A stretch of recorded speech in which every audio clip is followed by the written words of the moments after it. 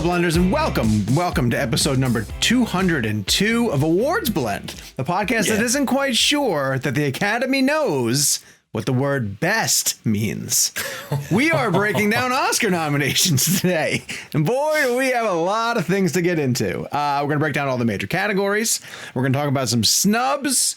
And we're going to get into a lively debate about whether or not the best movies of the year, the true best movies of the year, got the Oscar nominations. So to do that, I had to bring in, well, first off, I'm Sean O'Connell, the managing editor of Cinema Blend, and I'm joined, as always, by Kevin McCarthy of Fox 5 in Washington, D.C. Hi, Kev. How are you? Gotta say, man, hearing Awards Blend brought back memories. I wanted to go to, like, episode 12 of Awards Blend, because I forget how many we did. That was, and for people who are just like who just found us maybe recently, that was the name of our original show. That's how the show started. So, but weirdly enough, we are back full circle to the moment where this show started, which was about the Oscars and the award season. So this is kind of full circle. I always love when we get back to this point in the. We're just as disappointed today as we were back then in the nomination slate. In the other chair, as always, Jake Hamilton of Fox 32 in Chicago. Hello, Jakey. How are you? Hey, buddy. I haven't seen the nominations. I'm curious to see how many Finch got. Just 75. Yes. Yeah. Wait, the nominations are already out? I thought they were happening during the show live. Best movie named Finch. Gabe Kovacs is in the producer's chair, and Gabe has a camera. Hi, Gabe. How are you? I'm good. Hello, boys. Good to see you. Full house. We were missing Sean last week. Everyone's Gabriel. back. Oh, it's really weird. By the way, it's really weird listening to the show when you're not part of it. Yeah.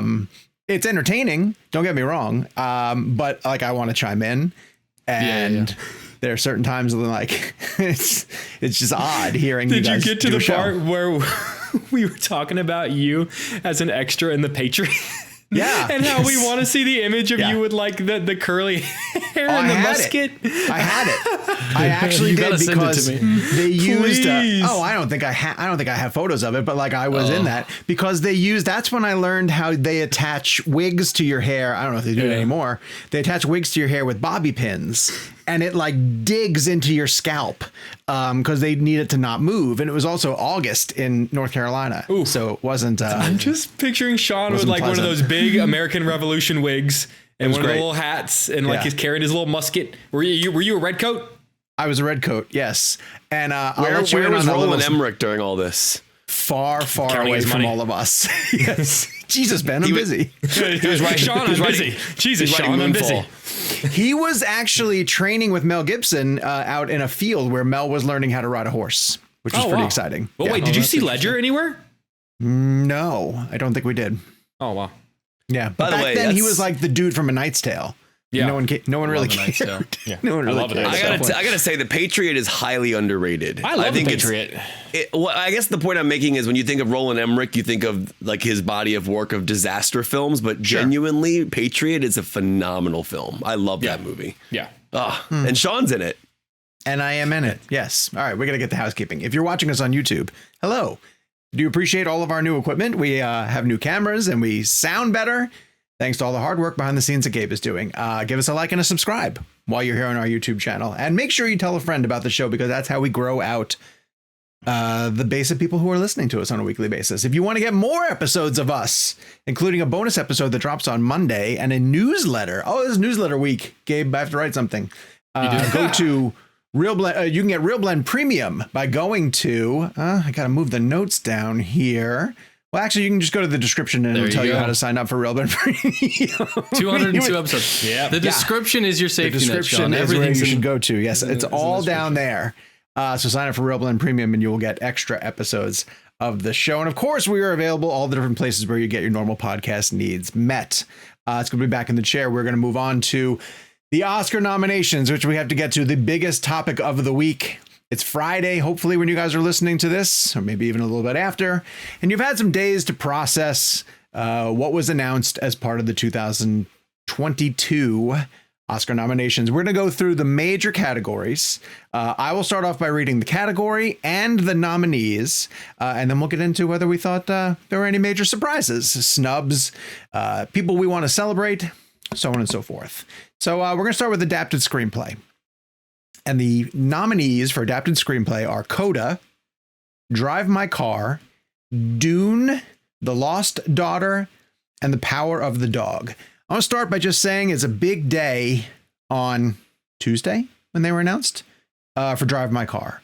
Yeah. And I am embarrassed that I haven't yet seen Drive My Car. I think we all are embarrassed. Yeah. Well, I feel like there's always, and I don't know if you guys feel this way. I mean, I know we're a movie podcast, and I feel like we all should have seen this movie. I definitely should have. I just didn't. There were no screenings that I was aware of. I wasn't even really too familiar with this film. In terms of obviously the Oscar buzz kind of started ramping it up. We started hearing about it more and more, and that happens sometimes. I think remember last year.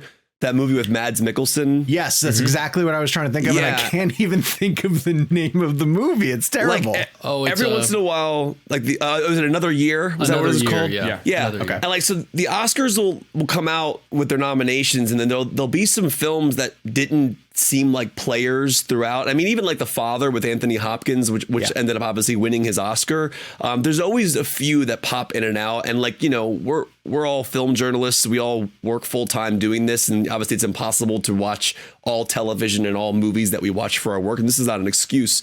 It's just more of like, now I feel, like Sean said, I feel bad that I haven't seen Drive My Car. I'm like, what is this film? I'm looking it up. It's a 3-hour film. Part of the fun of the nominations, though, is to give you a list of things that you're like, okay, now I have to watch this. Right. But I kind of like that. I kind of like that it works for people like us who are in the industry. Like generally what I mean by that is when the Oscar nominations come out, generally what people do is they'll go, all right, I got 10 films I have to watch between now and the Oscars to understand what all the hype is. Right. Mm-hmm. And I feel like I've been given some homework, you know what I mean? Like, and we all work in this industry, but like, I have not seen Drive My Car. I have also not seen the movie that Penelope Cruz got nominated for, Parallel Mothers. Is that what it's called? Parallel Mothers is good. Right. Yeah. Almodovar film. So Jake, have you seen that? No, I've not. No. Right. So there's 2 films that Jake and I need to watch based on nominations. Thrilled to see Coda in there. Thrilled to see Dune in that category. I think it's great that Maggie Gyllenhaal got a nomination for Lost Daughter, and The Power of the Dog also. I think Power of the Dog ended up with the most nominations. Yeah, is that 12. correct? Is that what we know? Yeah, 12 nominations. Right. So let's get over to original screenplay now, where we found Belfast. Wait, can we go back to really quickly? Can we go back to adapted? Sure. And I mean, Sean, I know your answer to this, but Kevin, aren't you a little bummed that West Side Story didn't get an adapted? I mean, what they did for that screenplay was brilliant. Let me tell you right now, you're 100% right. What Tony Kushner was able to do with that screenplay and the subtle differences that were made in the story were what made Spielberg's version different, in my opinion, from the 60s version. And obviously, remember, like everybody calls West Side Story a remake. It's not a remake. It's an adaptation of of the original music and lyrics by Sondheim and Bernstein. So what Kushner did was, and the only reason I really know this is I watched a press conference with Steven Spielberg, Tony Kushner, and Rita Moreno. And to hear Tony dive into these little things that he changed. Also, you have to understand how brilliant it was. And I mean, this is just me. I thought this was really cool for an immersive tool. I don't know if this was brilliant, but I thought it was really smart how they kept the Spanish in Spanish without subtitling it. And the idea that we're watching a natural conversation between characters, and then at the same time, based on reactions, and this is going to be a weird comparison, but I'll make it. Like I Am Groot, for example. We don't know what, that's all I Am Groot. That's all the character says, but we know what the character means based on the other actor's reactions or the character's like you'll say something, he'll go, I am Groot. And you know what he said based on the reaction. When Chris Pratt says, whoa, dude, watch your leg. Like it's. Exactly. Yeah. So, and again, I'm not comparing I Am Groot to the language of Spanish, but it is an interesting thing, that an immersive tool for you as an audience member that you kind of lean in. Sure. And so to me, that's a screenplay choice. Yeah. That is a directing choice. That is honestly probably the biggest one in that category, because I think what Kushner did is exactly the definition of an adapted screenplay, is finding 100%. A way to play with the material in a different way for audiences that may not know it. It's interesting. Was Zola an adapted screenplay? Since it's technically good question. Yeah, technically it would be, because I'm only doing this based on what I think logically makes sense, and I could be completely wrong. But obviously I guess they did put a book together of the tweets. Sure. Yeah. But this is an interesting question.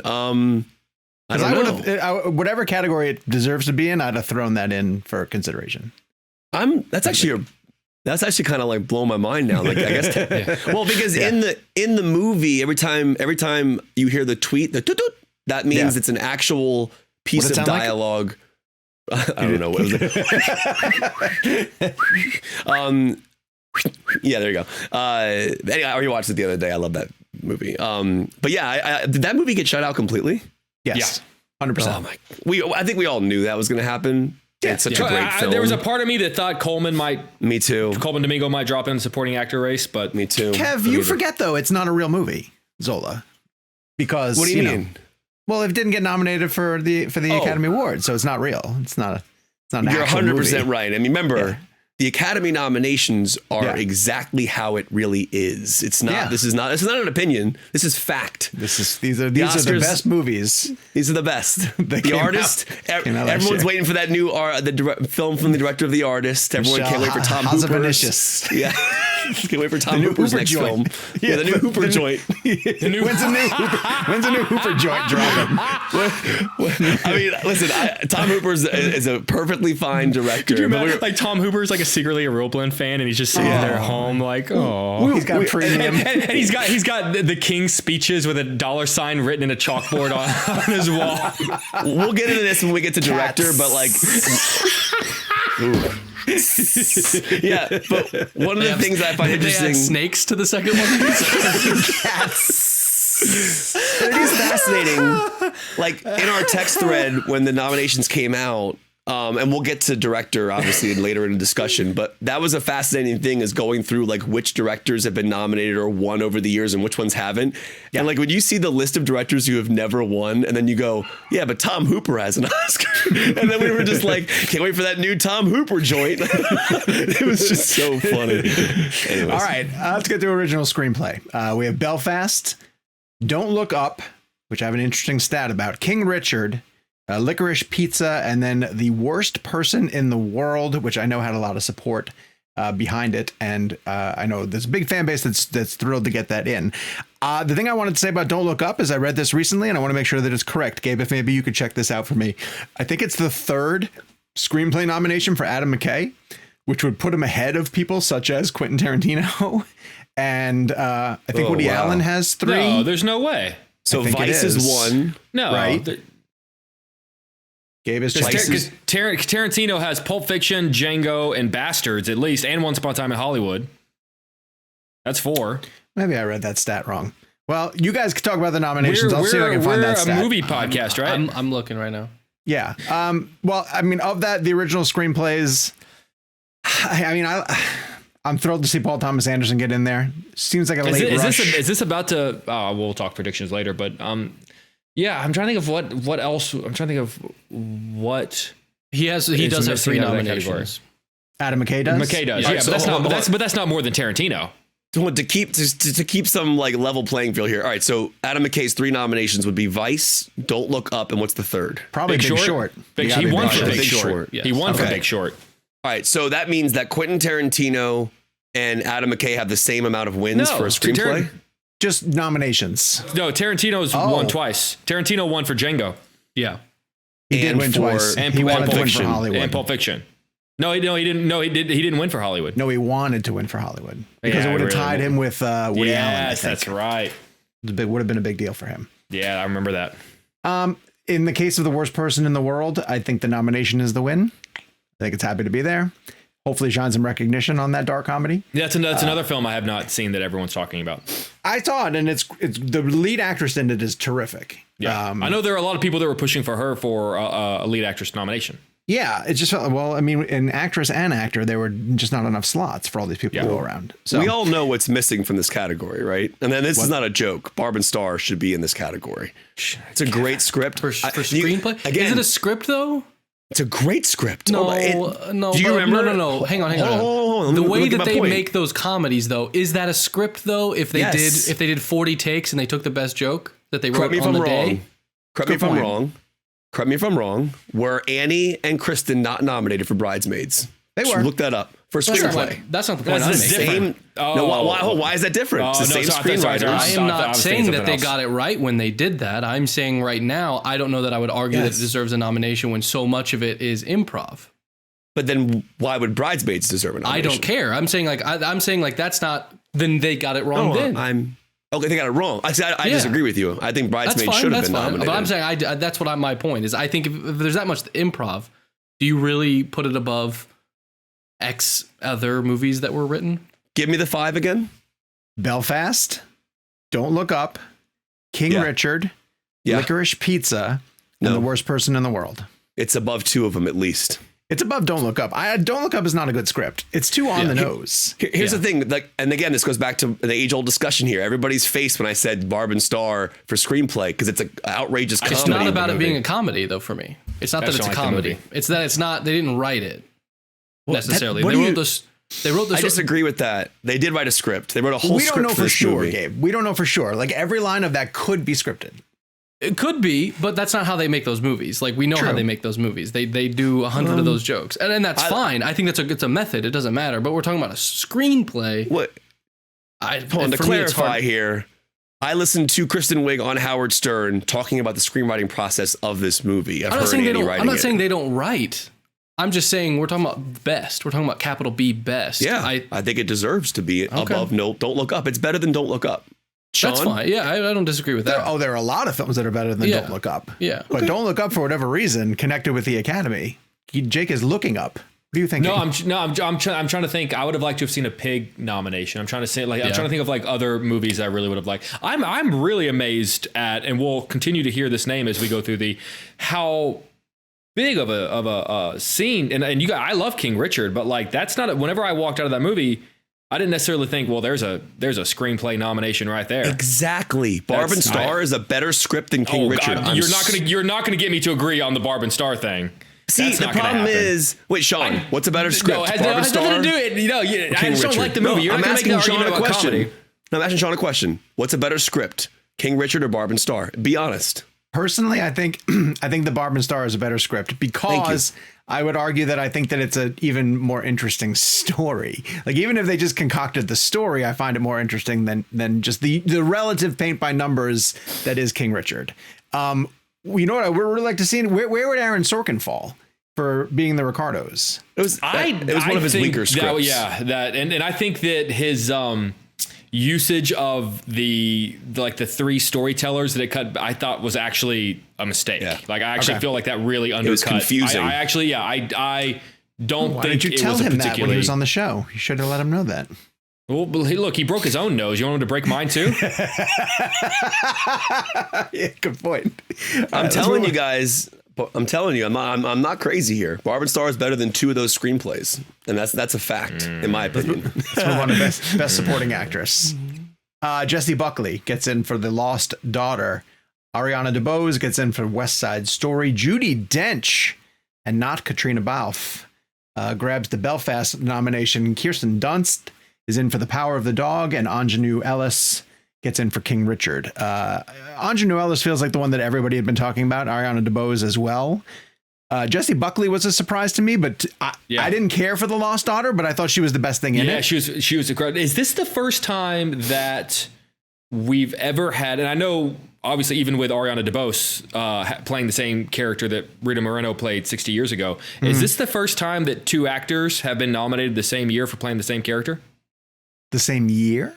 Yeah, Moreno didn't get nominated. No, I mean like Olivia Colman and Jessie Buckley were both nominated. Oh, I see what you're saying. Is this the first time that Godfather 2, Brando and De Niro? No, different. Oh, wait, I'm sorry, but different movies, but same character. No, yeah, same year. Same year. That's interesting. So only 2 times in history have 2 different actors won for playing the same role. Heath Ledger and Joaquin Phoenix, and then Brando and De Niro. It's about to happen a 3rd time because Ariana DeBose is going to win, and there'll be Ariana DeBose and Rita Moreno. What I'm asking is, with Olivia Colman and Jessie Buckley being nominated the same year for the same movie, is it the first time that 2 different actors have been nominated at the same time for playing the same character? What about Maybe. Titanic? Did the actress who played Rose older get nominated? Oh, that's interesting. I actually She think she did. did. I think she did. So She no, it's not the did. first time. Well done. Good pull. Way to go, Kevin, Good on the pull. spot. Very I good was just pull. guessing. Yeah, I think Wait, you're right. who is the actress who played the older Rose? Her name is... That, So was she a supporting and yeah, she Kate would've been Winslet was yeah, lead? Was lead. Yeah. Oh, wow. And then I was just guessing. I can't Her take name credit was for that. June Squibb. Gloria Stewart. Thank you. And the Miami Sound Machine. Oh, that's Gloria Estefan. Sorry. Oh my God. My bad. I'm all over the place. Ariana DeBose is not going to win She is automatically. gonna win. She is I'm gonna not saying it's automatic. I'm saying that Ingenue Ellis has a huge fan base behind her for that part, for King Richard. win. Okay. And I would not be surprised if Kirsten Dunst gets a lot of attention between now and the time that movie DeBose is going to by the win. time the Oscar wins. Okay. We're gonna have a very serious bet riding on this. I was about to say you're ready to lose again. No, I'm not. I am. I'm gonna play the cards as I see them dealt and not go with my emotion.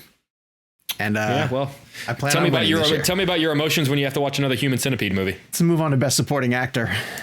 Kieran Hine. Oh wait. Well, let's talk about Katrina Balfe and Judi Dench. How do we feel about this? That seems not right. And I very much liked Judi Dench in Belfast. Yeah. Those moments she had in the final moments were stunning. But Katrina Balfe had the whole movie. Yeah. No, I agree. And do you think by any chance, because sometimes the Academy members take it upon themselves and straight up say, look, I know you're campaigning for this category, but you belong in this one. Remember, they were campaigning Kate Winslet for supporting actor for the reader, supporting actress, and they ended up nominating her in lead actress, and that was a shock when that happened. Do you think maybe enough people just looked at Katrina Balfe's performance and went, that's a lead actress performance? Could be. I would 'Cause it argue is. she is lead. Yeah. Yeah. Oh, And yeah. That's the weird part is that, well, obviously they were campaigning her for supporting because leading is too stacked, right? I mean, there's sure. So at the end of the day, well, what's fascinating about this particular situation is I actually would argue that Dornan and Balfe are actually better performances than Hines and Dench's performance. And obviously the opposite happened in terms of the nominations. But Dench, I will argue, this was probably the first time in years that I felt that she disappeared in a role. Oh, interesting. And like to a point where like generally when you're watching Judi Dench, because she's so famous and she's like she's Judi Dench, it is sometimes hard to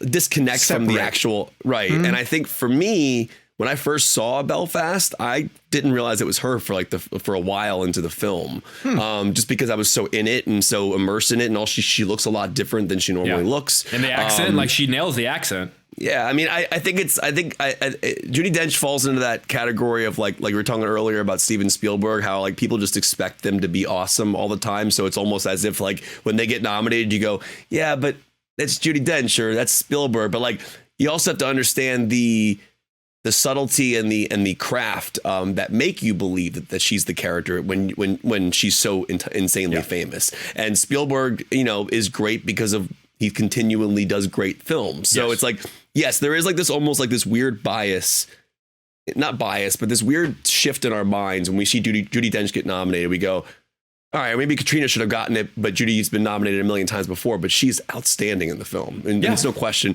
But Katrina's phenomenal too. I mean, like, I would love for her to get nominated because my favorite scene in the whole film is her and Dornan. I think he's leaving the house and he turns back around and he says thank you to her for raising the kids. And there's just something like brilliant about the way she's in that sequence and her entire facial expressions in every scene. When she brings Jude back to the store to return the item that he took, she's just awesome. During the riot? Yeah, that's actually a really good scene. I was really sad she wasn't nominated. She definitely deserved it, but I would, this is supporting actress. Yeah. I would take, What do you think it's like for someone because obviously by the time we get to the Oscar nominations, it's the very last thing at the end of the road. And we've been subjected to nominations and wins for a slew of other different types of awards, whether it's the different guilds or the different unions or the Golden Globes or the Critics' Choice or the BAFTAs or whatever the case may be. What do you think it's like Oscar morning to have been nominated for everything up to that point and wake up and probably have your family around you and you're kind of waiting on that. Someone's recording and then you don't hear your name called. Kristen Stewart had the opposite reaction. I think, like, in a way, I was watching somebody's live reaction to this guy, Dan Morell, who I forget the website that he runs. He's been running a film website forever. And he posted his live reaction to Denis not getting nominated. And the way that it happened was that, like, the category blew past and it took him a minute or two to even kind of process it. Yeah. You know, he was like, oh, this person, oh, that person. And then he was like, wait a second. And I wonder if that's kind of, well, if you're waiting to hear your name, then that's I feel like, you know, because really and also too, you know, fairly quickly because they go in alphabetical order. So you can kind of do the math where it's like, okay, the person that's third has a name that's later in the alphabet than mine. I didn't get it. You got to play it safe. You got to just be political about it and say it is what it is. You win some, you lose some. Oh, sure. I mean, like, yeah, no one's going to come out and complain about it, but I'm just thinking about, like, in that moment, what that moment has to be like. I'm sure it matters a lot more for younger actors and actresses, you know, like with Anthony Hopkins winning last year, right? Wasn't he like out in a field somewhere, like doing his own thing? Oh, because he was protecting himself from COVID. Yeah, for sure. Let's be nice to Anthony Hopkins. Okay, look, I will say, You've seen what he can do when he's angry. Yeah. I by no means am I even remotely close to saying that this is comparable in the least sense. But there have been years where I've texted you guys on Emmy nomination day when I thought I was going to get nominated for story X, Y, and Z, something that I was very proud of, or that, you know, woke up, had a pep in my step, was fairly certain it was going to happen. And then the nominations come down. And once again, you have that moment where you kind of look at the list and you read all the names again and you go, am I not seeing my name on there? And then you go, and then you start going and you kind of look at the category and you go, am I looking at the right category? Like it's a weird, but then you instantly have this like, well, who the hell am I to just assume that my name was going to be on that list? So you're Jake Hamilton, for God's sakes. Yeah. That's probably why that's why my name hasn't been on there a lot. 2-time award winner for best hair in Chicago. Oh yes, it's true. Yeah, very true. Kev, I don't know if you saw this, but Judi Dench released in her statement, she let us know her favorite Rob Schneider and David Spade movie.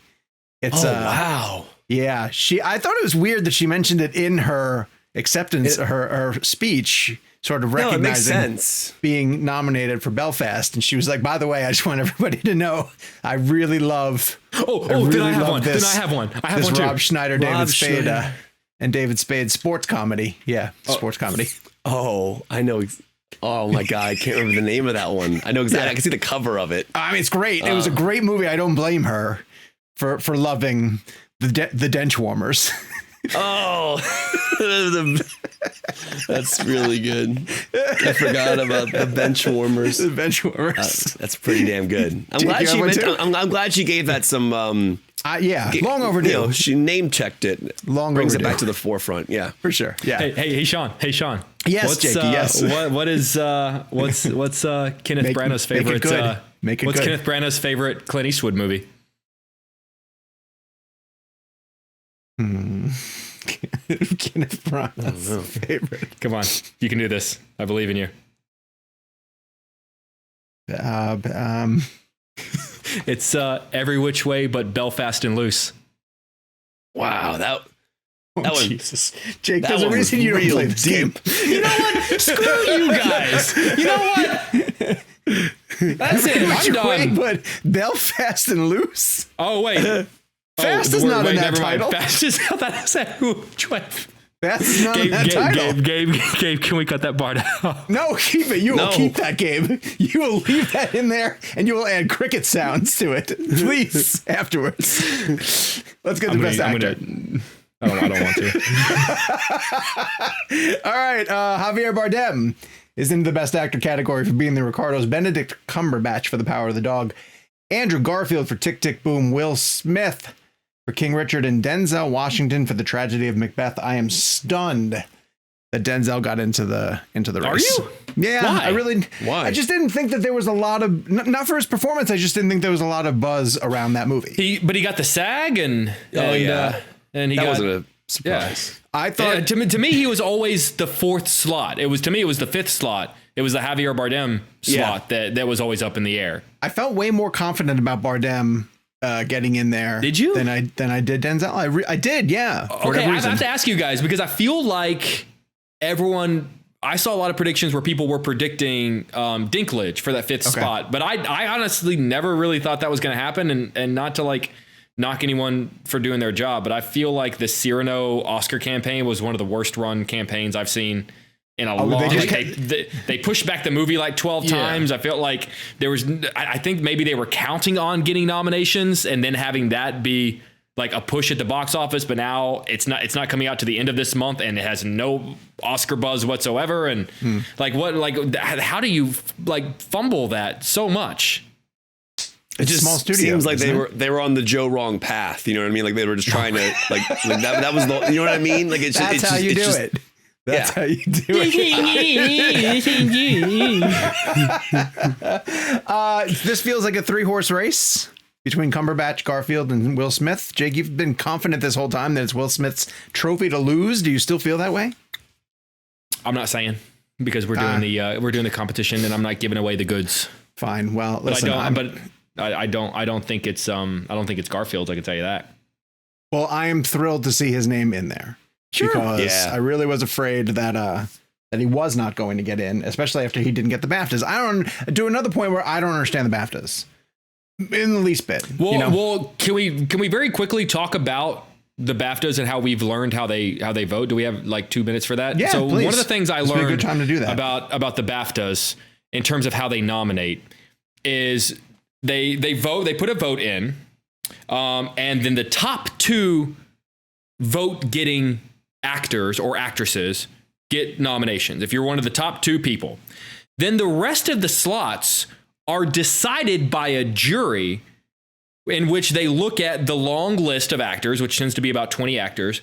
And this jury fills out the rest of the nomination ballot basically by deciding, well, if we choose this actor and also this actor and this actor who was down here, maybe they didn't get the top 5 votes. Maybe they didn't get the top 15 votes. But if they feel like this collection of actors makes the group of nominees looks good as a whole, that's how they choose the nominees. It's not the top 5 nominated people or whoever got the top 5 votes or top 7 votes or however many nominees. It's based on a jury, it's really which I weird. find very strange. It's very strange. I don't like understand that. then what's the point of, aside from like the first 2, what's the point of voting? Well, isn't that at least more transparent than us being like, yeah, the Oscars are probably just going to pick this for this category because they're not going to pick this for that. And when you do that whole bit, we're like, they're going to give it screenplay even though it deserves picture, but they're not going to give it like that whole thing that we do. At least then it's more transparent and we know that like, well, these 2 were the popular vote. And then we know that this jury of people, curated the rest. At least it's this year, transparent. The Oscars got rid of that whole like percentage thing, right? For the best picture category. Like remember they were doing, I don't know if I'm right or wrong on this, but like, remember like every year we almost had 10 Oscar nominations and they would get like 8 or 9. Yeah. And that was because like there was a weighted element to each one. So I think we got 10 this year because I could be wrong. I thought they maybe changed that weighted system. It should be 10 every year. Yeah. I like it 10 every year. 10 there or should 5. be 10 director what's the point of having 10 possibilities and then never having 10? Right. Exactly. It should be 10 all the time. Yeah. I think that makes a lot more sense. Nicolas Cage could have gotten in here. That was the one that I was really hoping. I was hoping for a Nicolas Cage surprise. Garfield deserves it. I remember when Come On was a thing. And people thought like that might be a contender. That one kind of disappeared really fast. But Phoenix is kind of a guy that's like, if he's making an interesting movie, people automatically put him in the contention kind of thing. For sure. Yeah. Is it odd that Nightmare Alley gets a big picture nomination and like Bradley Cooper doesn't get in and Cate Blanchett doesn't get in? And I'm not asking you, Jake, because you didn't like it, but Kevin, did you find it strange that none of the actors got in? When Blanchett should have gotten in for sure in supporting. Sure. That's one of the best performances of her career. Mm-hmm. How come you're not asking that question for Dune? Dune could have gotten a lot of people in, to be honest with you. I think a lot of people who are part of that cast deserve to be nominated. It's very strange that they were not. When we get to actress, we'll mention the fact that none of their movies made it into Best Picture, which is fascinating. I realized I totally skipped over a category. I skipped over Best Supporting Actor. So let's back up real quickly and go through Kieran Hines, Troy Kotsur, Lakota, Jesse Plemons, Power of the Dog, J.K. Simmons, Being the Ricardos, and Cody Smith McPhee, Power of the Dog. It's weird that Leto. J.K. Simmons got in. Yeah, I feel like Leto should be in there. I think it's weird that J.K. Simmons got in. I don't think he had a really big part. Yeah. I told you guys I didn't think Affleck was getting in. I told you, I said that Tinder Bar and Affleck didn't feel like an Oscar pick. And I know he was doing well up to this point, but it just didn't feel the Tinder Bar. It just didn't feel like. No, I'm not saying that he didn't deserve it because he was incredible, but I was not feeling that. Was not feeling Affleck. I think Dornan should be in here for Barb and Star. I'm not joking at all. I'm not kidding. That's an amazing performance. It's a really if fun Melissa performance. McCarthy got nominated for Bridesmaids, why can't Jamie Dornan get nominated for it? Because she's way better. Well, hang on. I I disagree. don't think that's a fair argument. I don't think they're saying he can't get in. He just didn't. Because you're saying, why can't he get in? He didn't. Well, no, I was looking at Jake's face when I said Jamie Dornan should be. But he doesn't like nominated the for movie. He doesn't count yeah, in the discussion. You know what would have been terrific, just for the conversation, is if he got in for Barb and Star, but not for Belfast. Yeah. That would have been outstanding. I'm okay with that. I'm here for that. I'm here for that conversation. And then he'd have to do a musical number at the ceremony. Mike Feist didn't get in for West Side Story. Yeah. But I feel like he really wasn't in the conversation until getting nominated at the BAFTAs. But he's so good. Oh, he's phenomenal. He's phenomenal. He should get in. He should get in. He basically leads that film for the first half of it. Yeah. He's and incredible. I would have been upset if Bradley Cooper got a nomination because he's good in that scene, but it's a scene. He's It's great a in the rest scene. of it, though. You're wrong. That's an amazing. I think that's the clip, but Yeah, he's great that's in the all of clip. it. He goes Wait, are through you such talking supporting or leading? For supporting for Licorice Pizza. I'm saying for okay, Licorice okay. Pizza. Sorry. Oh, Yeah, he would probably back 100% there. deserve to be for Licorice Pizza for sure. Yeah, those are. That's always the weird thing about supporting is it can be a scene. He did. I mean, technically, he did get nominated for Best Picture for Nightmare Alley. He's a producer on it. Oh, is he really? Yeah. Very interesting. So all right, I think at this point, between all the films he's produced that have gotten Best Pictures, all the acting nominations and the screenplay nominations, I want to say he's like closing in on like 0 for 10, 0 for 11, 0 for 12 at the. Because let's go ahead and say Nightmare Alley is not going to win Best Picture. He's closing in on a big 0 for at the Oscars. Crazier things have happened. And the reason why, Kev, that Jared Leto didn't get nominated in this category is because it's best and not most acting. He definitely did the most acting. The most. Okay. I mean, technically, he did get a nomination this week. He got nominated at the Razzies. No, that's not fair. Is he really nominated at the Yeah. Razzies? Yeah, but you know what? That's garbage. You know another one? Oh, here's one that's going to make you mad. What? Ben Affleck for The Last Duel. Come on. I thought was fantastic. He's in The Last Duel. amazing in that. Yes. Yeah. Those are he's all- this is- fantastic. this The is Razzies are stupid. I it's a didn't. clickbait. Yeah, I don't cover the Razzies on my show. The Although I Razzies will are a say clickbait.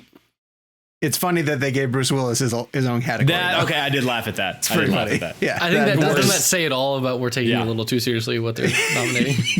That's very true.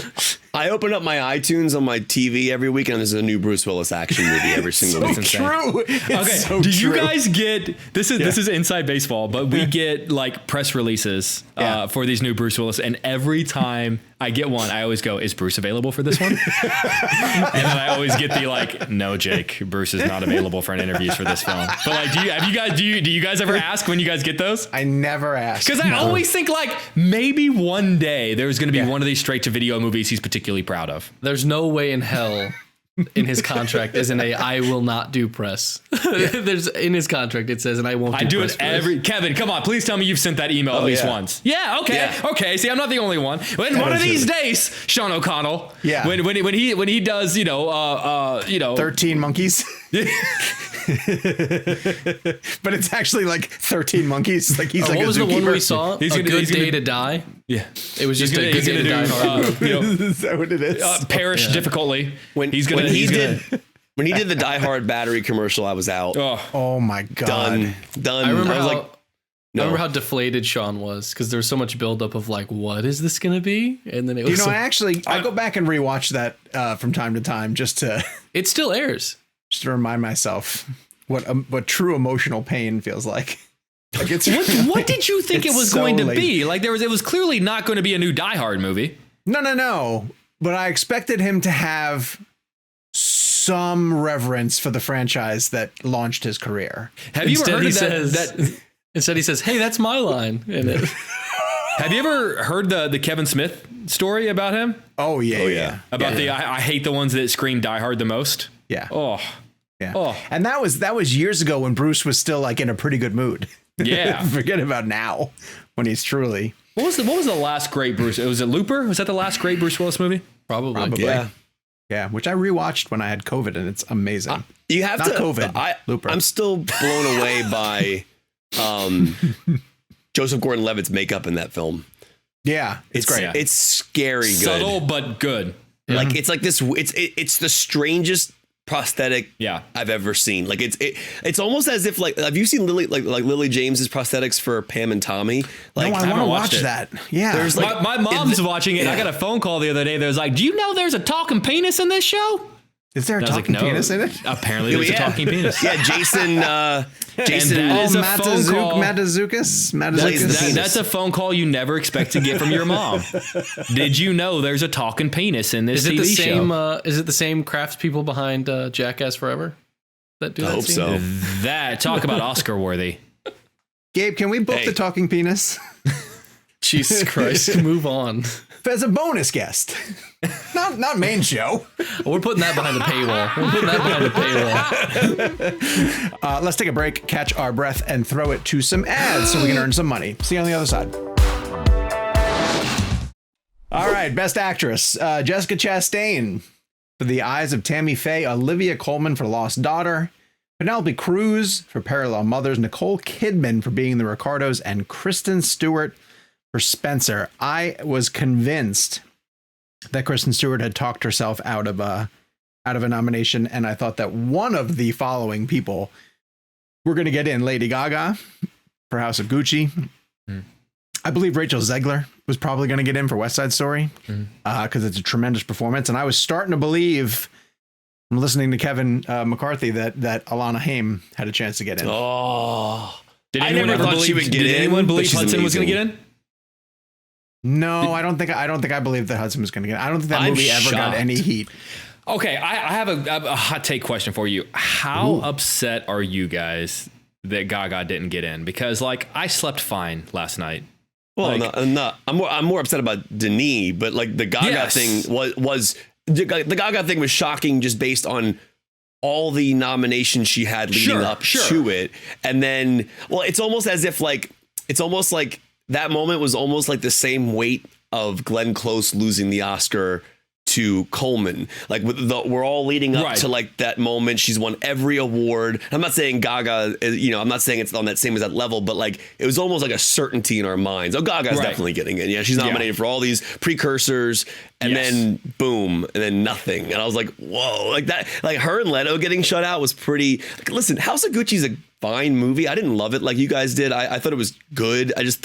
But their performances were outstanding, and I'm shocked they didn't get in, especially how much press Leto did and how much press Gaga did, and Gosh, and we're never gonna get Gaga ever again. well, like, not. and that's the She crazy did thing. so much press for that movie, and she's never gonna do it again. I do think the I Hudson don't think that's snub is true. bad. The Hudson snub is bad. Hudson's performance in Respect is outstanding. That's not a good movie. But neither there have been so many people. I honestly disagree with your statement. I think she's phenomenal in terms of matching Aretha in terms of singing. I did not think her performance was good. I did thought her not. performance was the outstanding. the parts where she was not singing, I did not think she was good. Oh, I disagree. I thought she was outstanding in that film. She carried that film. I'm shocked. She got a SAG, right? But there's no Oscar nomination, Correct. right? I don't remember if she got a SAG or not, but I'm gonna argue that she was one of the people who had the family gathered around that morning, thinking that she was gonna get it. Yes. When you mentioned the people who were they? I think Jennifer Hudson was one of those people. I guarantee you Gaga had a group of people. Yeah, she might have. Here's the reason why I'm not ready to bail on Gaga just yet, and why I think that she will continue to do press. I mean, had been in 2 back-to-back awards-worthy And movies, she has an got Oscar. it for one. Yeah, she got it for one, and she didn't get it for the other. So I think she'll just come back. She'll come back around again. I felt a little crazy. I'm not crazy. I thought this was it was kind of sad. Last night I opened up my iTunes because I was rewatching Licorice Pizza, and I don't remember why I opened my iTunes. Oh, I just wanted to see if like Licorice Pizza had come out on demand yet, because we get the screeners for those movies, and I wanted to watch it like in 4K. But it wasn't available, so I actually put the DVD in last night, and it actually looked phenomenal because it's shot on film, so it's gorgeous looking. Anyway, so I'm going through the new movies list, and iTunes, like you scroll through it, so like there's a big poster at the top, and it's like, here's the newest, biggest movie out right now, and then already it was Dune, and it was like underneath it 10 Oscar nominations, including Best Picture. Wow. And then you scrolled over to the next one, and it was Belfast, and it was like whatever, 7 nominations or whatever it was, including Best Picture. And then it got to House of Gucci. It just said Oscar nominee. Oh, Because it only got Has heard of Oscars. but it only got 1 nomination, right? I think it only got makeup. and like it was jarring. It was like 10. Because remember, like leading up, even in the months leading up to before we'd even seen House of Gucci. I mean, that was one of those movies that on paper, because keep in mind, there are always those movies that we know are coming out that we just naturally, by who made them, we think are going to be huge. Like everyone, right. West Side Story, House of Gucci, just the talent involved. And then there's always the movies that like we just haven't really heard of that come out of it. Like no, 8 months ago, no one was talking about Belfast or Power of the Dog, because no one just wasn't on. Drive My Car. No one, so there's always. I always feel like anytime like there's the West Side Stories or the House of Gucci's, my mind goes to, this is not going to be the movie we think it is. The biggest snub in this category is not necessarily a snub, because the definition of a snub would be that like we thought the person was going to get in, but they didn't get in. But Jodie Comer's last Duel performance. Oh, thank you. Thank you. The idea that wasn't even in contention or consideration of like, insane. Could she get in? Like, I mean, like, it is honestly one of the greatest performances I've seen in a long time. And I can't believe that she wasn't even, like, there was no talk about that performance. Yeah. Like, and like Last Duel, like we talk about the Razzies and stuff, because I thought Affleck was great in Last Duel, and he was obviously great in Tender Bar, but the fact that his performance is great in the Last Duel. Whatever the Razzies, I don't even know why we're bringing it up. It's a joke thing, but it's like also Last Duel should have gotten a screenplay nomination. Yes, yeah. I also really believe like that to me was I think Gaga is the actual snub, because theoretically, from what precursors mean for Oscar nomination, she was one that should have gotten in. But Comer to me is the actual snub, like the actual like person who's been left out of this. I'd be okay Rachel if she Zegler won myself. Comer, like I'd even she's a fine enough winner, I think. I'd give Comer the Oscar. Wait, so this is give me the 5 again. For actress? Yeah, so it's Chastain, Jessica Chastain, Olivia Colman. I'm happy Chastain got in. I am too. Penelope Cruz, Nicole Kidman, and Kristen Stewart. Right, so I'd give it to Stewart out of those 5. But Comer, if Comer was in there, Comer and Stewart are, to me, top seeds of the year from an actress performance standpoint. Zegler, I feel bad for Rachel Zegler. She is amazing in that film. It's her first movie. She's got plenty. She's got time. No, I know, but like Ariana DeBose, who I think is amazing as Anita as well. Like I wish they were both able to celebrate this nomination, because they're both like the scene when they sing together after she finds out after Bernardo gets killed. There's this moment where Zegler like gets out of breath because she's crying, and through the song, it's like that whole moment with her and DeBose is one of the best performances I've seen from an actor in a long time. She's incredible, and she should have got nominated for sure. Yeah. Hold on, I want to look up one thing first, because I believe. Oh, hold on, 23 and 30. 23, 13 with another 13 million. Jackass Forever will earn more domestically than West Side Story. So probably after this weekend, Jackass Forever will have more money than West Side Story. So, well, West Side Story is coming to Disney Plus on March 2nd, right? March 2nd. So people will be able to see it. I'm going to go ahead and say what's important, which is that West Side Story is a better film than Jackass Forever. That is true. Like which stuff, Sean. If that's your reaction, I think that you need to write an article about this immediately. Why Jackass? This is better film. It's better than Jackass. I need you to put your name on a byline if that's going to be your take. And you might as well go ahead and sign a contract that says I will never interview Steven Spielberg. Good luck getting that third book. Let me tell you, Jake. I'm never gonna anyway. So, All right. might as well put I all know the cards The on the table. Fablemans. The Fablemans. I know we're playing around here. I mean, obviously, West Side Story is a better film than Jackass Forever, but Sean. Jackass Forever is a great happening? movie. And I don't mind saying No, that. it is. I love Jackass is. Forever. I had a great, but come on. We're a movie course. podcast for God's sake. No, Come on. Hey, Come on. nothing Come wrong on. with Jackass Forever. It's No, not there's West Side nothing wrong with Story. it, but it's not What is better that- than what West is- Side Story. What is that categorized as if it were to be nominated? Is that documentary feature? Like what do we call that? I think it is. I don't know. think it would Yeah. have to be. It's just Sure, it would have to documenting be. things. Isn't Yeah. it the highest reviewed film of the year right so far? No. What's higher than Jackass Forever? It's like in the high 80s. Well, it's Yeah. in the high. Yeah, and I guess Spider-Man counts for last year. Yeah. Jackass Forever might be the best Rotten Tomatoes rated film. Okay, but it's early February. Is Kevin leading the way in our It's in our early draft? February. Probably. I know, but that's pretty awesome. Is that what you're talking about for our draft? Dude, That's there was a amazing. point where Jackass Forever was at 95%. I mean, I know that those percentages And honestly, don't that matter. made me very happy. Yeah, Me it's too. great. Because Straight like, audience score. in all seriousness, like people that go into that movie know what it is. So I don't understand. Like it doesn't fail at what it was made to do. But So the other ones really are don't as well understand. reviewed. Yeah, that's what I'm saying. I don't understand like going into that movie and ripping it apart. Now I understand like if you want to say, look, I'm going to be honest with you, this just isn't my thing. I don't find this kind of thing funny. It's not my deal. But you can't like knock it for what it is. All right. Now I have to try to transition us into best director. Yeah, okay, let's go. Jeff Tremaine. Seamlessly. Here are your nominees for best director: Paul Thomas Anderson for Licorice Pizza, Kenneth Branagh for Belfast, Jane Campion for The Power of the Dog. This is gonna be hard. Ryosuke, is it Ryosuke Hamaguchi? Yes. I think that's close, Ryosuke yeah. Hamaguchi Apologies if I got that wrong. for Drive My Car, and Steven Spielberg for West Side Story. I will say, the morning that they announced it, right before they announced Spielberg, I thought I had a brief moment where I was like, "Oh, is Spielberg not going to get in?" As Wasn't those it slots were alphabetical? filling up. It is alphabetical for sure. So that could have been, and should have been, Denis Villeneuve. You would take So- Spielberg out for Denis? I would take Jane Campion out for Denis. Sure. I would take Kenneth Branagh out for Denis. Yeah. I have not seen Drive My Car, so I don't think it's fair to say. Sure. But I think Paul Thomas Anderson and Steven Spielberg deserve to be in there. But I Yeah. absolutely think Denis deserved to be in there. I Denis rewatched. deserves to win. Like that's the Yes. that's Yeah, what's insane. correct. Yeah. Denis deserves to win, and I rewatched Paul Licorice Pizza last night.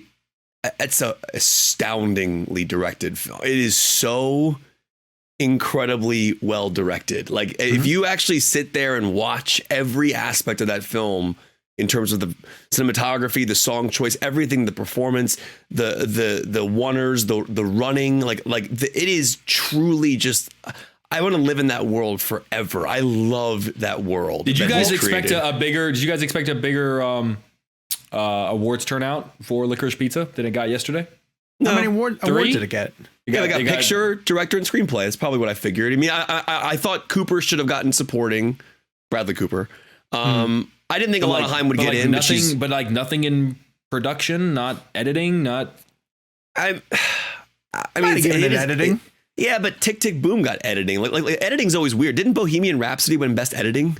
Oh God, yes. You know, Yeah. not to And I love shift, Bohemian but Rhapsody. the biggest like head scratching editing nomination this year is Don't Look Up, which I thought had some of the weirdest, strangest Worst. editing choices I've ever Terrible seen. editing. It I didn't really like did. Yeah. Yeah, it sort of jumps all over the place. Who's Paul Thomas Anderson's cinematographer for Licorice Him. Pizza?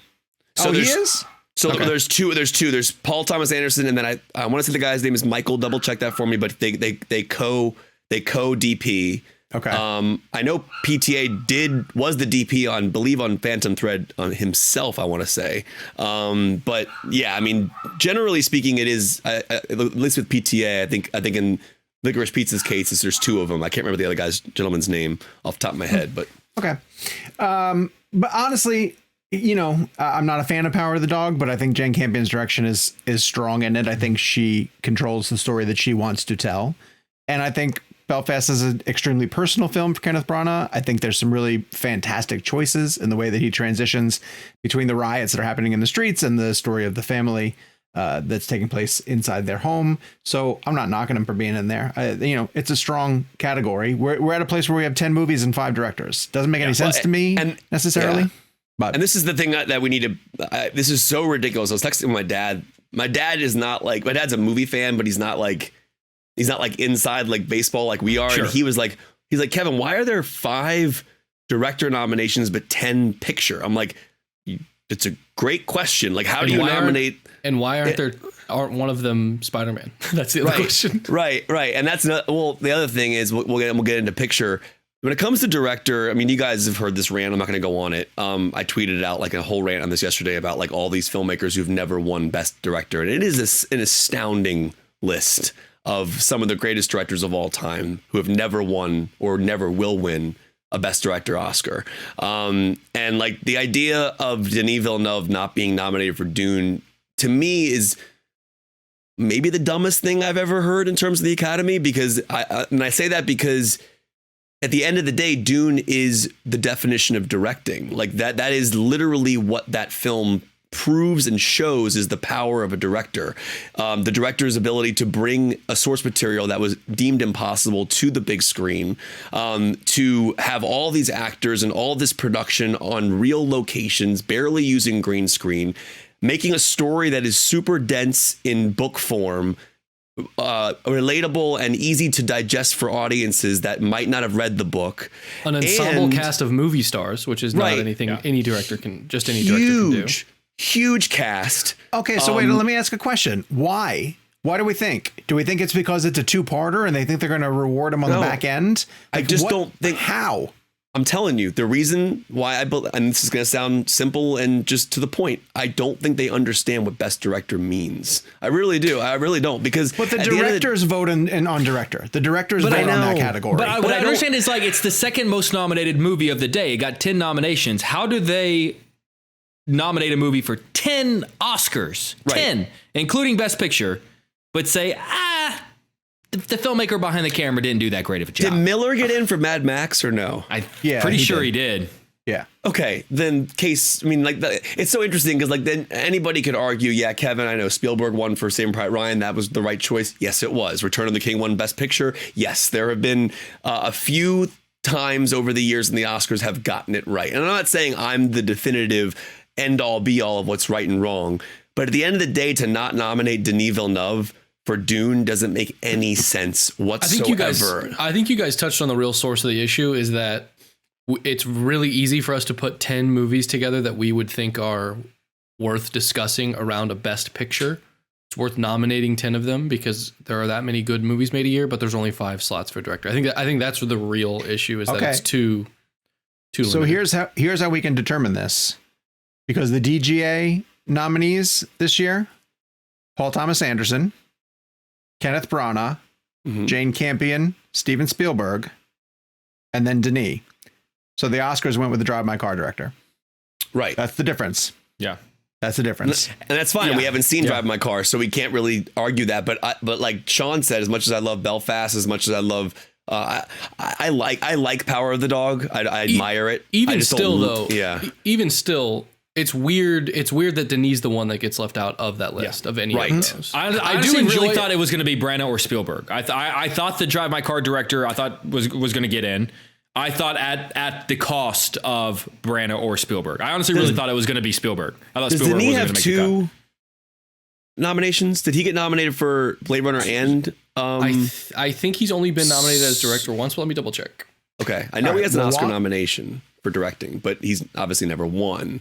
But I think he's also got a couple of Best Picture producer nominations. He has motion picture and adapted screenplay for Dune, obviously, and then he was nominated for Arrival, and that's it. He didn't get a Blade Runner director nomination? No. That movie didn't do well. This is so dumb. I mean, but dude, movies like West Side Story didn't do well, and it has a ton of nominations and Best Director nomination. I don't mean financially. I think people just didn't accept that movie when it came out. I do want to say one thing though. I do want to say one thing about mentioning the Drive My Car director getting in. This is a recent push, to my knowledge, the last handful of years of sort of increasing the importance of the international film category. Yes, totally Because great. before it was always like that movie, its only award is best foreign language film, I think is what it used to be called at the time. Yeah. And so now I do think that they're being much more intentional about showing greater respect for films outside of the American film system. And I do agree of putting, I haven't seen this film either, but I do agree with them putting, hey, this is the best film. Let's be sure that we from that category, let's be sure that we honor that director and put them into the best director category. Yeah. But then That keep to me him makes in. sense. But Keep him. Yeah. And take out someone regardless else. of that. Yeah. The other four to me are, there's no way they're over Denis because I think Denis should win it all. But Also, it didn't another year get Best Director nomination too? Yes. Okay, wait. Yes, Yeah, it did. hold on. We were calling it Another Year. That's a Michael Lee movie. It's called Another okay. Round. Another round. That's right. Another that's right, that's Round. right. And the director's name is Thomas Vinterberg, and he did get nominated last year. Yeah. So Gabe is correct in the fact that they are pushing for more international And it was directors. Roma. Was Roma technically a Yeah, It- yes, he- it was. international Yeah. film? Yeah. Yes, and it he was was. nominated. Yeah. Yep, He Alfonso. won. But he's The Alfonso. stat I would like to throw out, and I texted you guys this yesterday, which I think it's astounding, is that with his West Side Story nomination, Steven Spielberg becomes the first filmmaker to be nominated for Best Director in 6 different decades, which And is he's astounding. only 73. Yeah. It's because he got nominated in the 70s for Close Encounter. He had a couple of nominations in the 80s with Raiders and E.T. And then obviously in the 90s, he won twice with Schindler's List and Saving Private Ryan. And then Munich in the aughts. Is that what you call that decade? The aughts? Yeah. Yes, and then Lincoln in the teens. Lincoln in, did he get British? I don't know if he got British Spies. And obviously this decade. And Means then for 85% of his living life, he's been a best director, an Oscar-nominated director. That's insane. I was happy to see, because we just think of them as like some of the greatest blockbusters of all time, but I was happy to see that he got nominated for Best Director for Raiders of the Lost Ark and E.T. Yeah. Like those aren't movies I necessarily would have assumed necessarily did well at the Oscars, but it's cool to think that how he didn't get nominated for Jaws makes no sense to me. E.T. is one of the best movies ever made. Yes, it is. Yeah, it is. And I think Yes, it back is. then the Academy actually recognized really good movies. Yeah.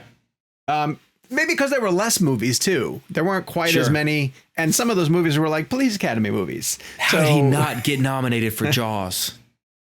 Jaws got nominated for Best Picture, but he didn't get a Right. director nomination. Oh, that's Explain that That's to me. interesting. That doesn't make Explain any that sense to at me. all. That movie works because of Because Steven of the Spielberg. director. Yeah. Only works because of him. Famously, The Shark did not work, and it took the director's decision making to I've heard that, make one of the yes. best movies Williams ever made. won. Oh, hey, happy 90th birthday to John Williams. Happy birthday, John. Happy We birthday. love you. Well, just because we were talking about Jaws. Come on the show. I don't think he has a score for Jaws. Isn't that right? That's a joke that Sean made. It's a joke that I made on the several Yes. episodes ago. All right, let's get to Best Picture.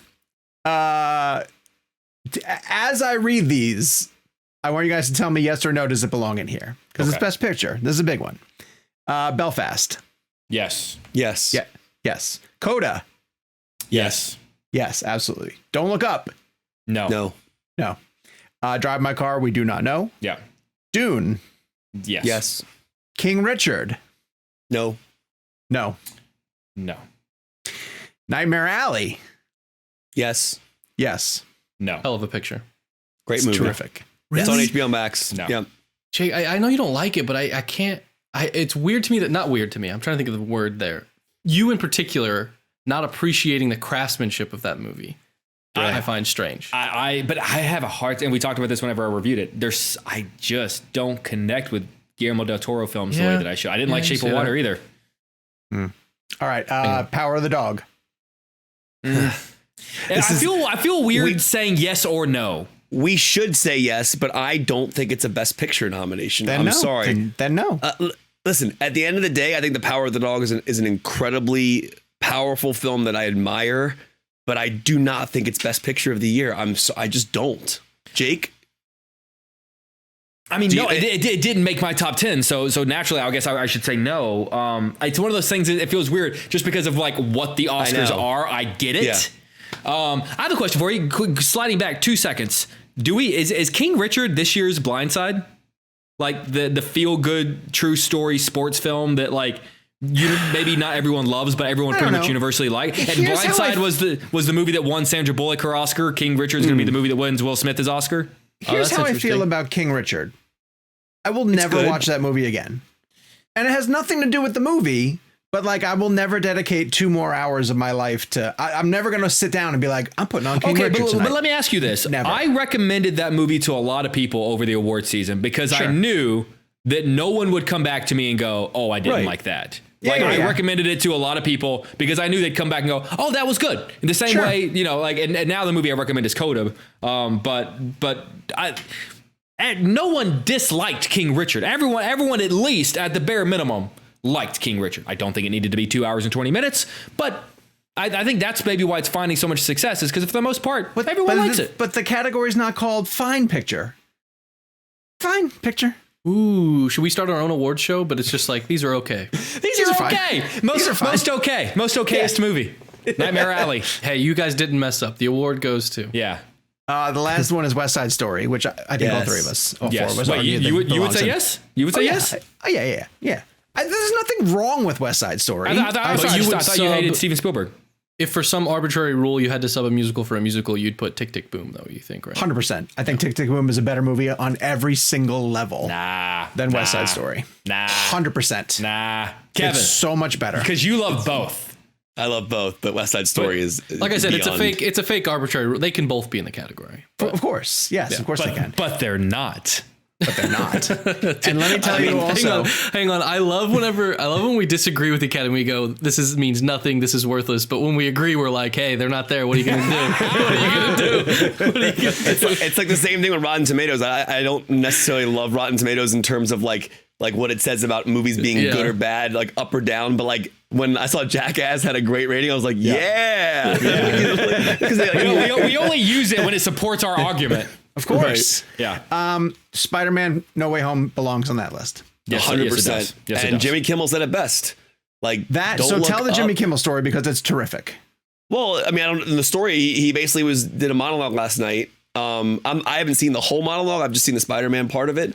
So I'm not saying I agree with everything he said in the monologue, but in terms of what he said about Don't Look Up and Spider-Man, he's 100% right. I mean, it's what I've been saying for years, right? This idea of like, why can't we appreciate? I told Tom Holland this for Uncharted. I'm like, dude, why can't we appreciate other genres outside of what an Oscar film is?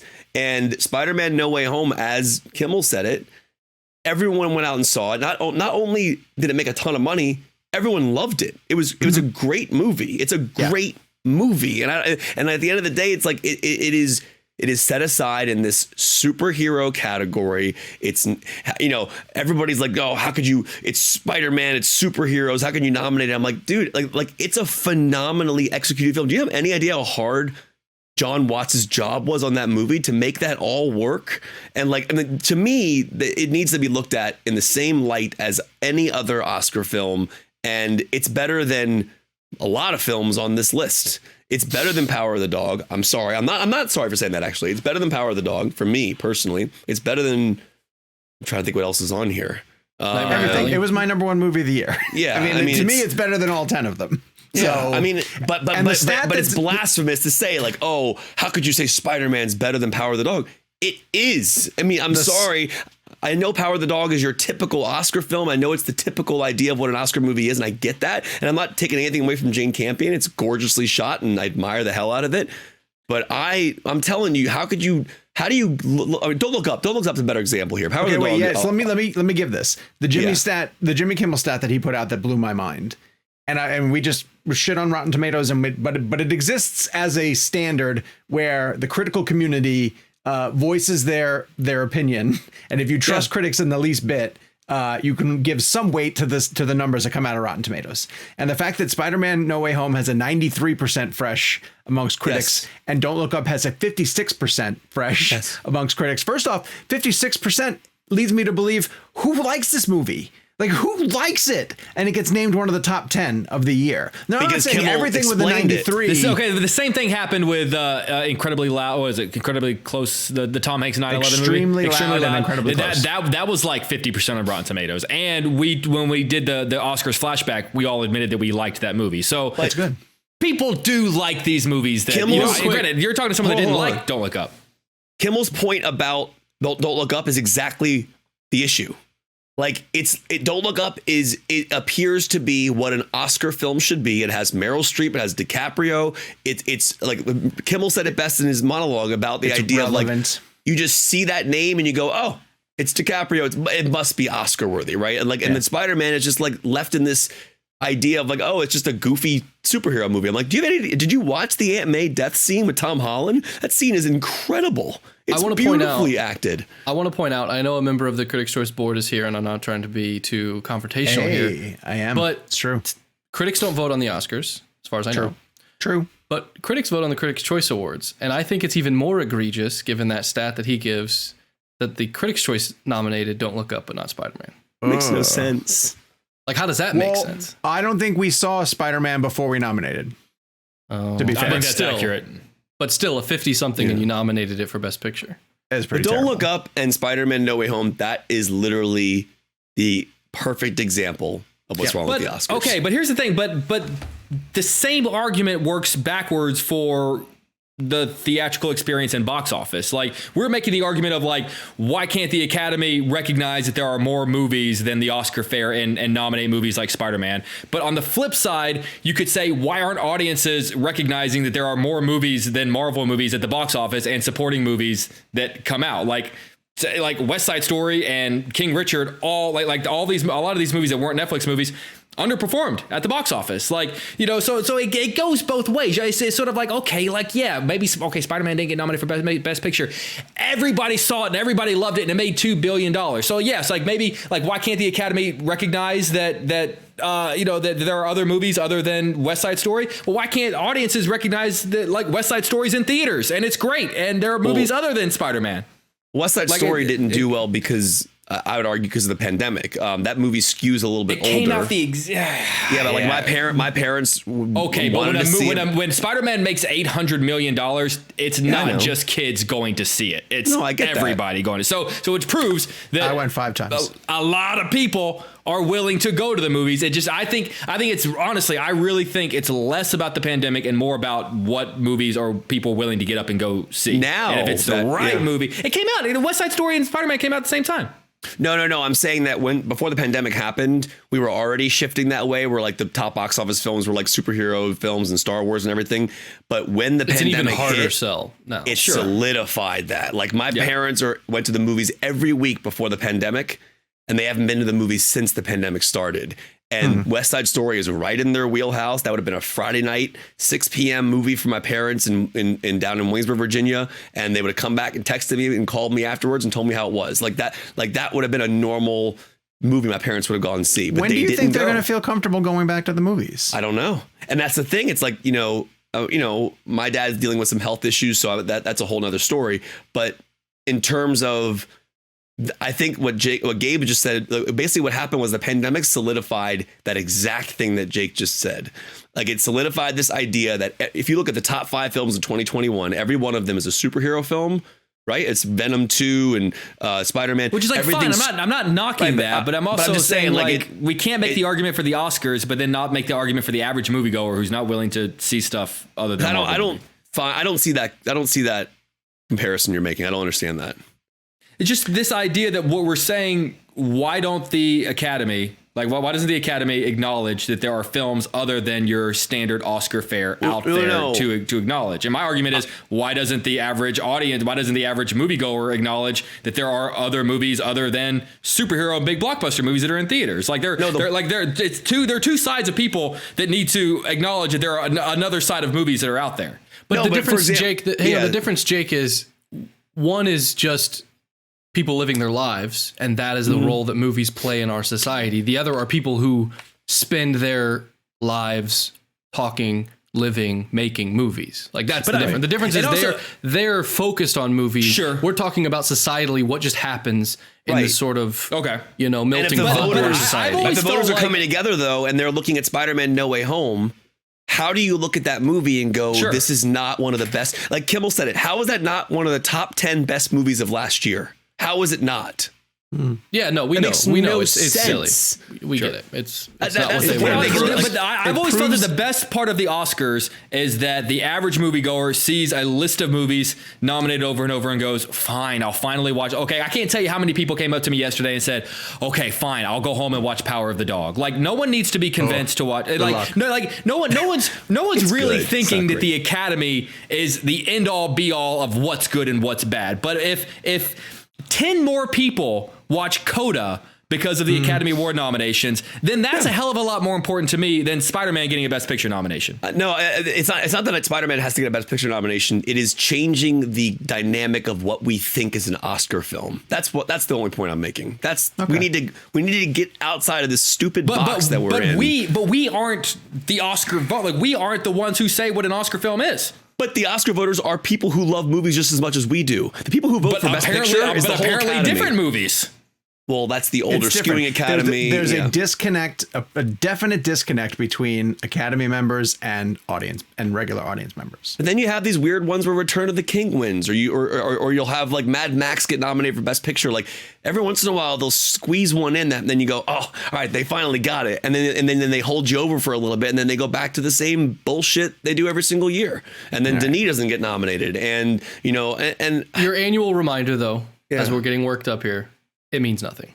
The fact that we like look back and we do a bonus episode where we look back at an Oscar, year from 20 years ago, and then we have these moments where we go, oh wow, like that movie came out that year and wasn't nominated. It means that we're gonna forget this in like 6 months. But what we're not gonna forget is that Spider-Man made $2 billion. So it doesn't matter. It doesn't matter. Spider-Man won. Spider-Man won.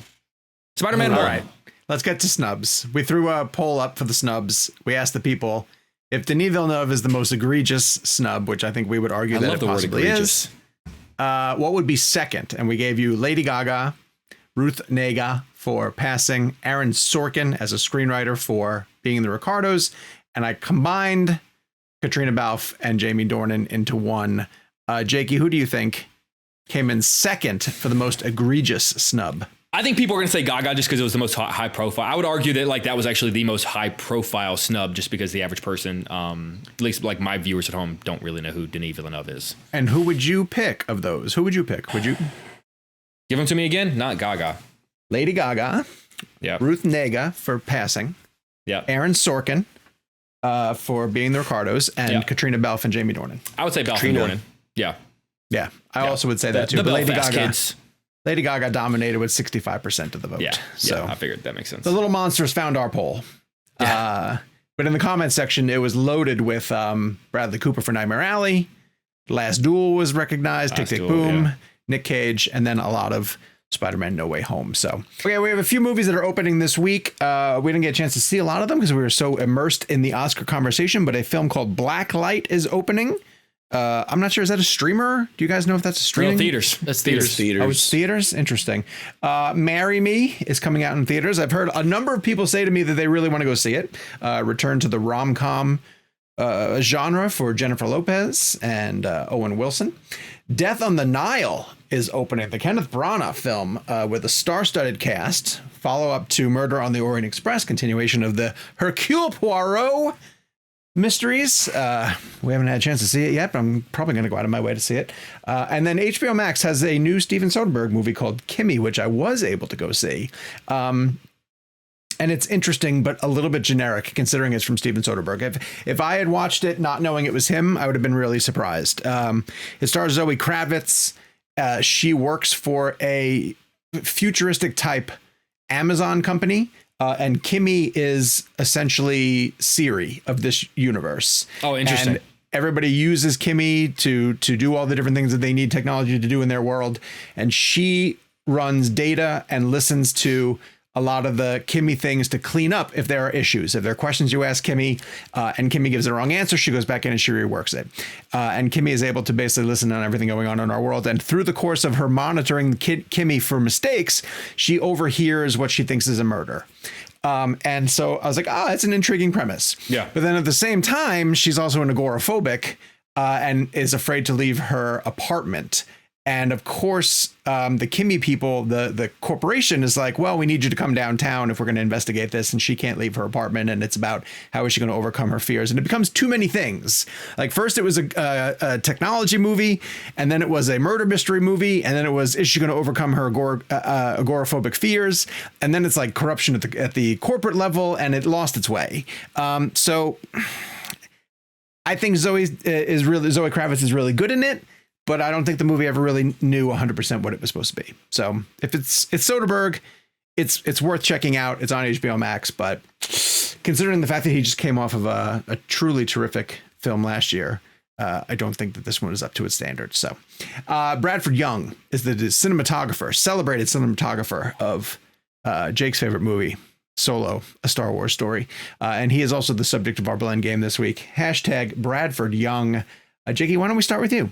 Tell me you picked Solo. I did pick Solo, actually. Honestly, Solo does not look good, dude. It looks good. I love how Solo looks. I love the look of Solo. I love like the dark grunginess in some scenes. I love the blinding whites of like the snows and the sands, and I love sort of the lightings of the cleanness. This was a time when the Millennium Falcon was clean and pristine. I love how he shoots the clean, pristine Millennium Falcon, unlike anything we've ever seen before. I really, and also yet that not that I don't know if this weighs in one way or the other, but you also have to consider the circumstances under which he was shooting. Everything that happened with that movie is just stacked the deck against him. And I really love how Solo, I love just the dark grunginess of it. I'm very much into Solo and how it looks. So the dark grunginess is what turns me off about it. Like you're supposed to be a sci-fi futuristic galaxy. Like it shouldn't look like Detroit. All the Star Wars movies have to look, do all the Marvel movies have to look the same?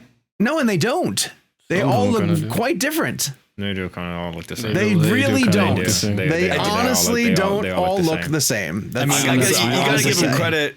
Give him credit though for that. The Solo name scene is shot impeccably.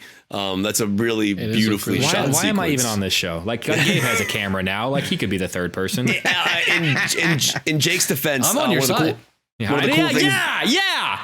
One of the cool things they wait, Gabe, you're not on Jake's side in terms of his pick.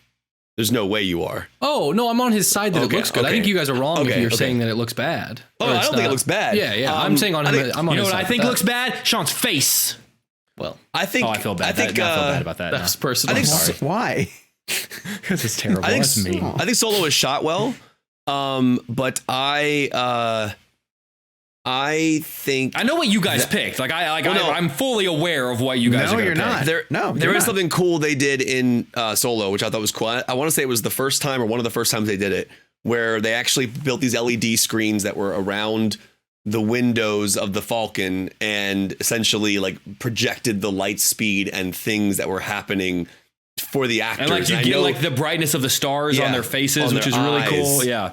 I know Mando does it. I could be wrong. I remember interviewing Ron Howard for Solo, and I think he said it was the first time, but I could be wrong. But it was definitely one of the first times they had played with this of giving us real screens with the light speed. So that stuff was cool. I think Mando was the first time where they were like shooting entire like exteriors and stuff. So they just shoot the show like that. Yeah. By the way, Bryce Dallas Howard's Boba Fett episode, tremendous. Well, so, I believe what you mean is Bryce Dallas Howard's Mandalorian episode.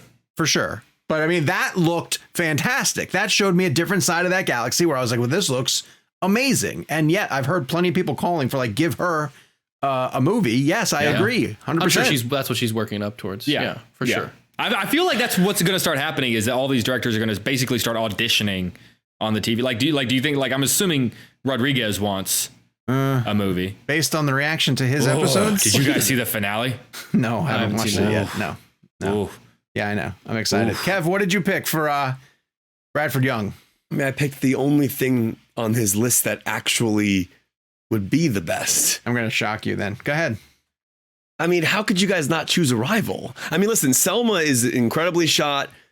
He's an amazing cinematographer, but Arrival is one of the greatest shot films I've seen ever. It's a masterpiece on every single level. I mean, like the way he I mean, that film is so intimate and interesting and close up, and like the whole idea of the flash forwards being actual, or I'm sorry, the whole idea of the memories being flash forwards and the way those are shot and manipulated to make you feel that way. I mean, he truly found a special way to shoot those sequences. And you also have to understand, like, those scenes when Amy Adams and Renner are up there with, you know, talking with the aliens, like that did not look the way the film is showing it to you. Like they had to shoot that in a way and then fix it in post. I mean, it's like, it's very interesting how they shot that film. No question. That's the best choice on that list. But your favorite, which is The Game. And favorite. Yeah. Yes. Yeah. Also my favorite. I'm with you on that. Yeah. I'm not trying to disparage Arrival because Arrival is fantastic on every level. But when I saw this title on his filmography, I had to go with A Most Violent Year, which another gorgeous film. Literally looks like he unearthed a canister of film that had been shot in the 1970s, and then strung it up through a camera and played a projection and blasted onto a screen. I mean, they should have hired him to do the Sopranos movie, because the Sopranos movie that should have been set back in that time looks like it was, a glossy sort of made for HBO Max film. The way that Most Violent Year is lit, it's got this sort of orange yellow hue to it, which is fantastic. It looks a little dirty. It looks a little roughed up. I think J.C. Chandor is an underrated filmmaker. I need to go back. I remember loving that movie when it came out, but I don't think I've seen it since. I need to go back and rewatch it. It is excellent. Oscar Isaac and Jessica Chastain are both outstanding in it, to the surprise of nobody. And Bradford Young cinematography in A Most Violent Year is amazing. It's one of those movies that came out at the end of the year, and everyone thought maybe it would get awards potential. And then when it didn't, everyone just overlooked it. But go back and rewatch it, dude, because it's terrific. So audience picks, Gabe writes, spoilers, everyone said Arrival. So surprise, surprise, surprise. For next week, you can reach out on Twitter. Yes. What? Yes. Hashtag Danny Glover Blend. We're playing Danny Glover Blend next week. That's outstanding. I knew you'd be excited about that. It's clearly Angels in the Outfield. I mean, there's no other answer for this. You guys are so young. No, we're not. It's his masterpiece, and Stop it. You can use hashtag Danny Glover Blend on social media. I love Angels in the Outfield. Oh, or you can email us at ReelBlend@cinemablend.com. Do us a favor and drop us a review on Apple Podcasts. That way we can read it here on the show, and it also helps us grow out the audience. Leave us a rating on Spotify as well, too. The show is available there, in addition to all the cool places where you get your podcast needs met. Our next premium episode, which is going to land on Monday, is another 2-film challenge, Actors Part 2. 2-film challenge is a lot of fun. The Alien Game. Yes, and if you don't know what that means, subscribe to Premium. You can get access to this. I say it because of how much it angers Gabe. Of ReelBlend Premium at cinemablend.com/ReelBlend Premium. Follow us on social media at Jake's Takes, at Kevin McCarthy TV. This was literally listening to this part of last week's show when Gabe was doing this, when I was like, this is weird to listen to, because he adapted my cadence. Oh yeah, and impersonated me. Not only do I hear you say it, I then have to edit you saying it. So I've heard it. It's like if any of us were to start the show, we would all go, "Hello, blenders, and welcome." We'd all do the Do you know a little fun fact? I started to drop the second welcome once we passed 200, and someone yelled at me via email, and they said, "Can you go back to saying it twice, please? Because I say it with you at the beginning of each episode, and you screwed me up when you only said it once." Amazing, I find that very funny. At Sean_O'Connell, at Gabe Kovach, and the show is at ReelBlend. We'll talk to you guys next week. Hockey pads. This cannot be the Gabe. That is the new thing. Overrule, man. No, it's hockey pads. Please. Hockey pads.